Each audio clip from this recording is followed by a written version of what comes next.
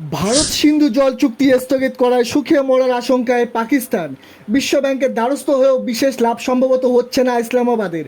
ভারত যদি চুক্তি বাতিলও করে তাতেও কিছু বলার থাকবে না বিশ্বব্যাংকের। প্রধানমন্ত্রী নরেন্দ্র মোদীর সঙ্গে দেখা করে জানিয়ে দিলেন বিশ্বব্যাংকের প্রেসিডেন্ট অজয় বাঙ্গা। বৃহস্পতিবারই দিল্লিতে প্রধানমন্ত্রী নরেন্দ্র মোদীর সঙ্গে দেখা করেছেন বিশ্বব্যাংকের প্রেসিডেন্ট অজয় বাঙ্গা। অর্থমন্ত্রী নির্মলা সীতারামনের সঙ্গেও তিনি বৈঠক করেছেন।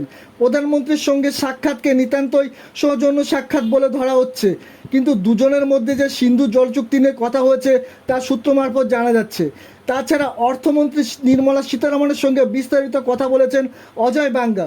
সূত্রের দাবি, অর্থমন্ত্রী এবং প্রধানমন্ত্রীকে তিনি আশ্বাস দিয়েছেন যে ভারত সিন্ধু চুক্তি নিয়ে কোনো সিদ্ধান্ত নিলে তাতে হস্তক্ষেপ করবে না বিশ্বব্যাংক। আসলে বিশ্বব্যাংকের মধ্যস্থতায় সিন্ধু জল চুক্তি হলেও সেই চুক্তিতে দুই দেশের অসন্তোষ বা আপত্তি নিয়ে মধ্যস্থতা করার দায় বিশ্বব্যাংকের নেই, অন্তত অজয় বাঙ্গার তাই দাবি।